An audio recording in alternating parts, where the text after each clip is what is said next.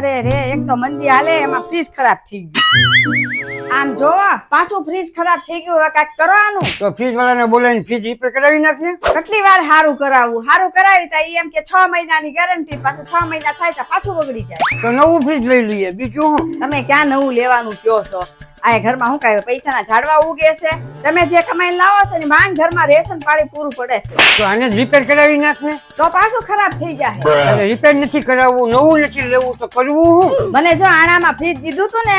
ઈ ગામડે પડ્યું છે એકેય વાર ખરાબ નથી થયું તું કેવા શું માંગે છો અરે પપ્પા મમ્મી ઈ કેવા માંગે છે કે ગામડે જે ફ્રીજ પડ્યું છે ને ઈ તમે અહીંયા લઈ આવો હા બરાબર કીધું તે ગાંડી થઈ ગઈ છો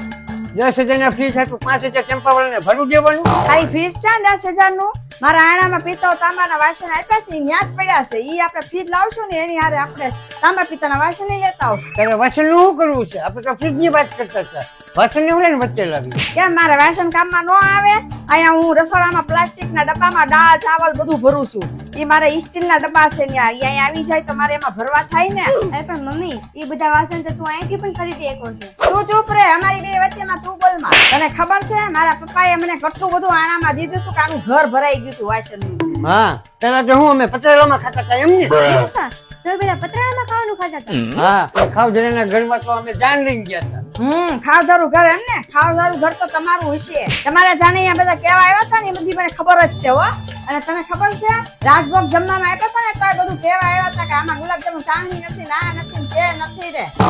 આખા જીવનમાં તમે રાજભોગ ખાધો છે કોઈ દિવસ હે પપ્પા તમે કોઈ રાજભોગ નથી ખાતો તું ચૂપ કર કાંઈ રાજભોગ નતો આપ્યો મઠ્ઠો ને શાક પૂરી આપ્યું છું આ તો શું થઈ ગયું તમારા ઘરના જેમ ભીખ માંગીને નથી ખવડાવ્યું આ તને ખબર છે આ લોકોએ તો મને ઘરેણાએ માંગીને પહેરાવ્યા હતા એ તો મને પછી ખબર પડી કે મને એમ કીધું કે દુલ્હન આ તારો હાર છે ને માસીને દઈ દે ને આ બંગડી છે ભાઈને દઈ દે તારે ખબર પડી એટલુંય નહીં આ તો મને કંદોરો પહેરાવ્યો હતો ને ઈ દાદી નહોતો કાંઈ ખરીદી કરીને નહોતા લાવ્યા હે પપ્પા એટલો મોટો સ્કેમ કર્યો તો તમે કેમ તો મારી રદ થઈ ગયો તો એના પપ્પાએ 10,000 રૂપિયા મારી માંગ્યા હતા પાર્લરમાં જવા માટે અને જયારે મોકલીને ત્યારે મોઢા ઉપર ચૂનો લગાડી મોકલી તમે તો જાણે હું હીરો બનીને આવ્યા હતા જયારે આવ્યા હતા ત્યારે આંખમાં જાડી જાડી મય સાંજીને આવ્યા હતા જાણે આખી ડાબલી આંજી દીધી હોય એવા લાગતા હતા તમે એટલી બધી મય સાંજી હતી ને તો ઓલા કાગડા બિલાડા જેવા લાગતા હતા હા પપ્પા વાત તો સાચી છે મેં ફોટો જોયેલો છે મમ્મી જેવી રીતે કહે છે ને એવા જ તમે લાગતા હતા હા તો ફોટો ક્યાંથી સારો આવે આખા મંડળમાં એક જ ટ્યુબલાઇટ લગાડેલી હતી એવા કોઈ કરોડપતિ નહોતા આવે તો 4 ફોક્સ લાઈટો લગાડવી અમે માંડવામાં જેવા જાને એવું એમે સગવડ કરી હું જાનમાં સેન્ટ્રો લઈને આવ્યો હતો તમે ભલે સેન્ટ્રો લઈને આવ્યા તો તમારા જાનીએ તો ખતરામાં આવ્યા હતા ને મારા પિયરિયાની એટલી બધી બેજતી થઈ ગઈ હતી ને તે ખતરામાં આવ્યા ને એ બધા ટીંગાતા નાડા નોળા લટકાતા ને ઉપર બેઠા ને એમ બધા આવ્યા બે જીતે અમારી છેતી એક નાની એવી અંગૂઠી આપી એમાંય ત્યાં 3 આંગળીમાં તો આવી નહીં છેલ્લે આવીને તો એક નાની એવી આંગળીમાં આવી બસ હોય બહુ થઈ ગયું હું કાંઈ બોલતી નથી ને એટલે બોલીશ ને તો તમે કાંઈ ના નહીં જો મોઢું ખુલ્લું છે તો બોલી જ નાખ હવે હું બાકી ગયું છે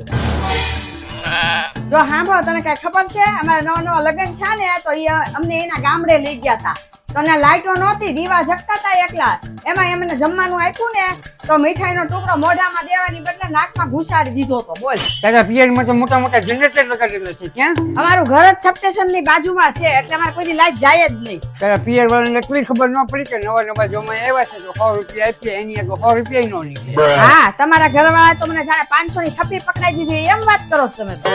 તો તને ખબર છે અમને લગ્ન સમયે બધા પૈસા અમને બેને મળ્યા હતા ને એના ઘરવાળા બધા લઈ લીધા હતા અને એટલું નહીં અમે ઘરે આવ્યા ને તો અમને મોં દેખાડવાના પૈસા મને મળ્યા હોય ને એ આને લઈ લીધા હતા હા પપ્પા એ સાચી વાત આવું થોડી કરાય તું ચૂપ રે તને ખબર હતી તું હતી ત્યારે ઈ ભૂલ થઈ ગઈ ને મારે તો એ સમય હોવું જોઈએ છે અત્યારે એટલી બધી મજા આવે છે તો એ સમય કેટલી મજા આવે છે મમ્મી હવે તો બહુ થઈ ગયું મને ભૂખ લાગી છે જમવામાં શું બનાવ્યું છે તને કઈ ખાવા સિવાય કઈ દેખાતું નથી કઈ બીજું જમવાનું ક્યાંથી બને આ મેડમ નું ભાષણ પૂરું થાય ત્યારે ને હા ભાષણ તો હું જ સારું કરું છું એમ ને ના હું જ ભાષણ ચાલુ કરું છું હા હું તો નવરી છું ને એટલે હું જ ભાષણ તમારી યારે કરું છું મારે કઈ કામ ધંધો નથી ને એટલે કા હું અહીંયા જો બેઠી જ છું એક કામ કરીએ આપણે પેલા જોઈ લઈએ કે કોને ભાષણ શરૂ કર્યું હતું પેલા